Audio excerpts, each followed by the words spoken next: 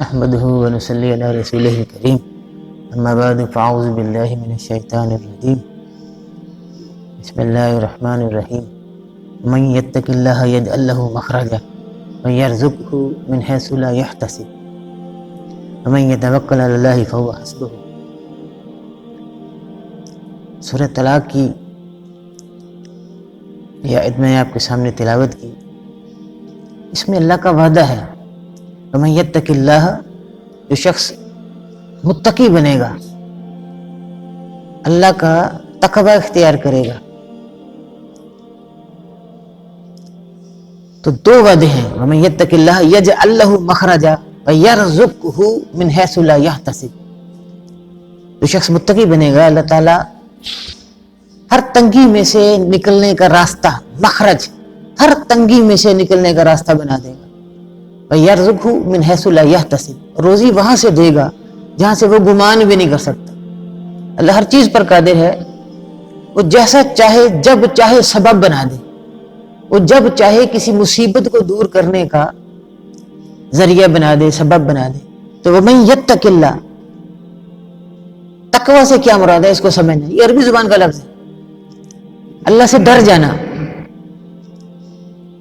تقوی یہ ہے، اصطلاحی معنی یہ ہے کہ اوامر کی ادائیگی اور منہیات سے پرہیز کرنا. اوامر کی ادائیگی، جن کاموں کو اللہ تعالیٰ نے حکم دیا وہ کرنا.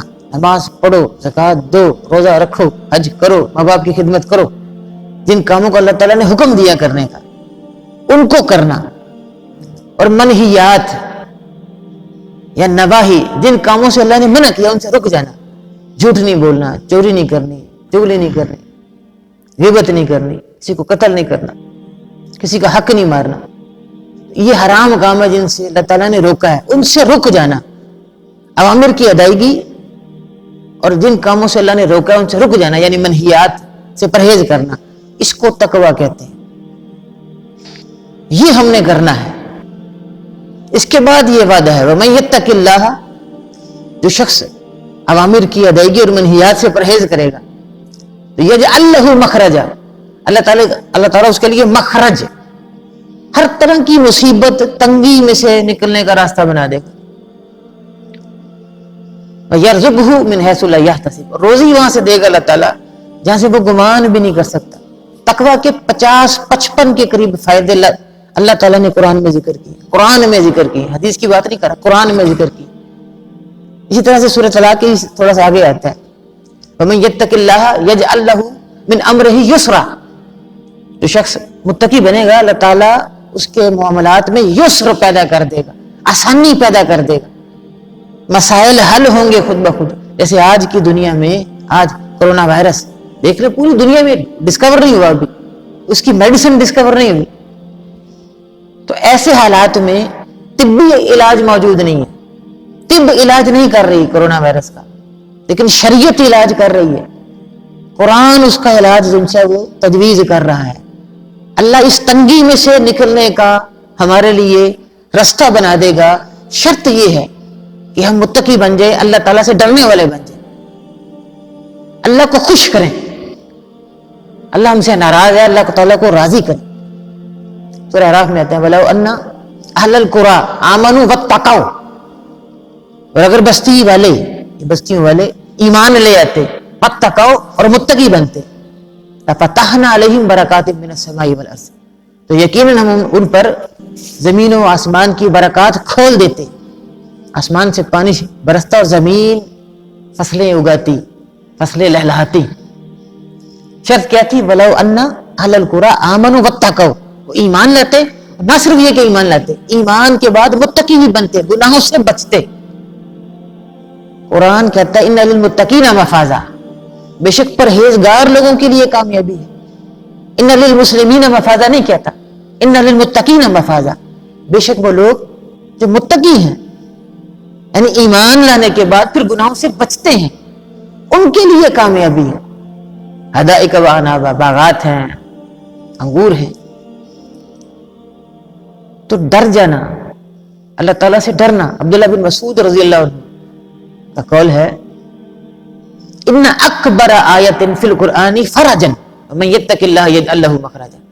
قرآن کریم کی سب سے بڑی آیت غموں اور دکھوں کو دور کرنے والی سب سے بڑی آیت جو مشکلات کو دور کرتی ہے. وَمَن يَتَّقِ اللَّهَ يَجْعَل لَّهُ مَخْرَجًا، سورہ طلاق کی یہ آیت ہے. یہ جو شخص اللہ سے ڈر گیا، اس کو عربی زبان میں جملہ شرطیہ کہتے ہیں. یعنی جو شخص بھی متقی بنے گا، جو شخص بھی ڈرے گا، اللہ تعالیٰ اس کے لیے تنگی میں سے نکلنے کا مخرج، راستہ بنا دیں گے اور روزی دیں گے، روزی پیدا ہوگی ہمارے لیے. تو ہم مسلمان پاکستان کے رہنے والے آج جس مصیبت میں گرفتار ہیں، ہمارے لیے انتہائی ضروری ہے کہ اتنی بڑی مصیبت کے آنے کے بعد بھی اگر ہم رجوع الی اللہ نہیں کرتے، اللہ تعالیٰ سے توبہ نہیں کرتے، معافی نہیں مانگتے، متقی نہیں بنتے، ڈرتے نہیں، اللہ کی اطاعت نہیں کرتے، تو پھر کون سا وقت آئے گا ہم پر کہ جب ہم اللہ کی اطاعت کے لیے آمادہ ہوں. ہم اپنے آپ کو، اپنے بچوں کو، اپنے عزیز و اقارب کو دعوت دیں گے کہ وہ اللہ کے بندے بنے، اللہ کے تابعدار بنے. یہ وقت ہے. ایک ایسا مرض، وبائی مرض پھیلتا چلا جا رہا ہے، اور پھر دوسری بڑی بات یہ ہے کہ اس کی دوائی بھی موجود نہیں. تو یہ سوچنے کا وقت ہے، یہ غور و فکر ان خطوط پر کرنا کہ ہم اللہ تعالیٰ کی فرما برداری کر رہے ہیں یا نہیں کر رہے. یہ بات سمجھنے والی. تو کورونا کا علاج سامنے آ جائے گا، یاد رکھیں. من حیث القوم ہم لوگ متقی بننے کی کوشش کریں، من حیث القوم ہم لوگ استغفار کریں، من حیث القوم ہم اللہ تعالیٰ سے اپنے گناہوں کی بخشش طلب کریں. ہم اس کو معمولی بات جانتے ہیں، یہ بہت بڑی چیز ہے متقی بننا. شریعت کے جو احکام ہیں وہ کس لیے ہیں؟ اوامر کی جو فہرست ہے کہ ماں باپ کی خدمت کرو، نماز پڑھو، روزہ رکھو، زکوٰۃ دو، یہ جو حکم دیا ہے، مختلف احکامات ہیں، یہ کس لیے؟ عمل کرنے کے لیے، باتیں کرنے کے لیے نہیں، صرف بیان کر دینے کے لیے نہیں ہے، عمل کرنے کے لیے. قرآن اس لیے نازل ہوا تھا کہ اس پر عمل کیا جائے، اس کو بازاروں میں نافذ کیا جائے، دلوں میں نافذ کیا جائے. اس کی تعلیمات میں پر آج اگر ہم عمل کرتے ہیں تو یقین کیجئے کرونا وائرس کا ایسے کوئی بڑی بھی مصیبت ہے تو اللہ تعالیٰ وہ دور کر دے گا. اللہ تعالیٰ سے بڑھ کر نہیں ہے کرونا وائرس. اللہ تعالیٰ کی قدرت، اس کی طاقت سے بڑھ کر کرونا وائرس نہیں ہے. یہ ہماری آزمائش ہو رہی ہے، ہمیں علم ہی نہیں ہے اس بات کا. ہم پتہ نہیں کیا سوچ رہے ہیں، ہماری آزمائش ہو رہی ہے. تو اللہ تعالیٰ ہم کو اس آزمائش میں ثابت قدم رکھے اور ہمیں عزم بالجزم کرنے کی توفیق عطا فرمائے کہ ہم اللہ تعالیٰ کی اطاعت کریں، اوامر کی ادائیگی اور گناہوں سے بچیں. گناہوں سے بچنے کی اللہ تعالیٰ ہم کو توفیق عطا فرمائے.